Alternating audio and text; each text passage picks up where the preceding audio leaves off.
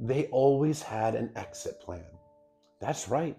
The avoidant entered the relationship with an exit plan in place. They always had an escape route. And no, it's not that they consciously said this to themselves, well, this is my exit plan.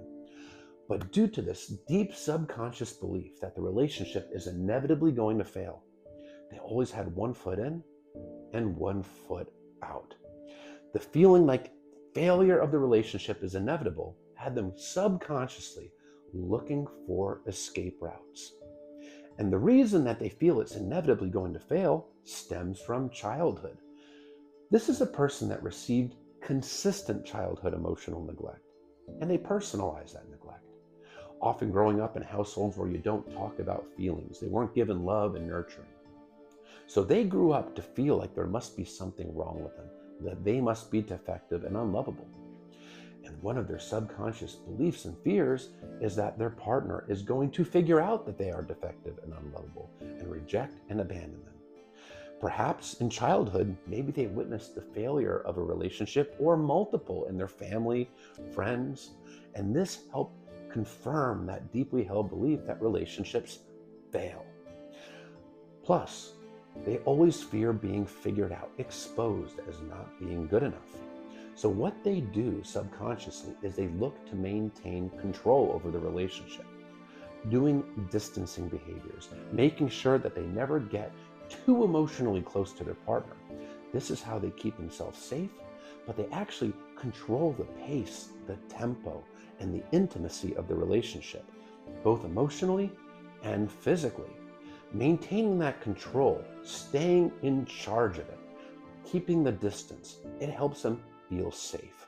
But when things get too close, when they get too intimate, they feel unsafe because they feel at risk for being exposed as not being good enough, not lovable, defective, unworthy. That's why vulnerability is so frightening to them. The fear is if I take down my wall, my partner is going to figure out that I'm not good enough. So they control the pace and the tempo, but they always have off-ramps.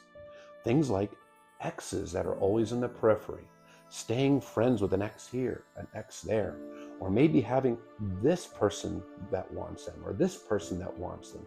Romantic options that are in the friend zone, always in the picture, that if they need that exit plan, they can go get that validation somewhere. They don't have to go without the validation. They have different sources that they can go pick from and get that external validation and find an easy escape route from the relationship. Now also looking for flaws in their partner, flaw finding, because when they find some sort of flaw or imperfection in their current partner, they can blame their fears of inevitable failure on this. Look, this person does this wrong. Well, we're fundamentally incompatible. Because when they find something externally to blame their fears on, they don't have to look within, take accountability, provoke that core feeling of defectiveness, and they have their escape route. Well, look, my partner does something wrong. Now I'm justified in ending the relationship. See, I always knew it was going to fail. The human mind likes to be proven right. It likes to be validated, even if it's about something that you don't consciously want to be right about. In most cases, the avoidant doesn't tell themselves, I want this relationship to fail. They just believe it will. So what they do with maladaptive, unhealthy, avoidant behaviors is they make the failure a self-fulfilling prophecy.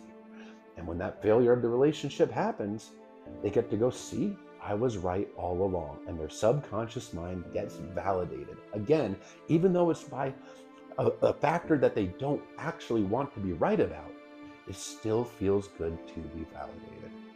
So that exit plan, always in place, and it helps them feel safe, it helps them feel more secure and in control.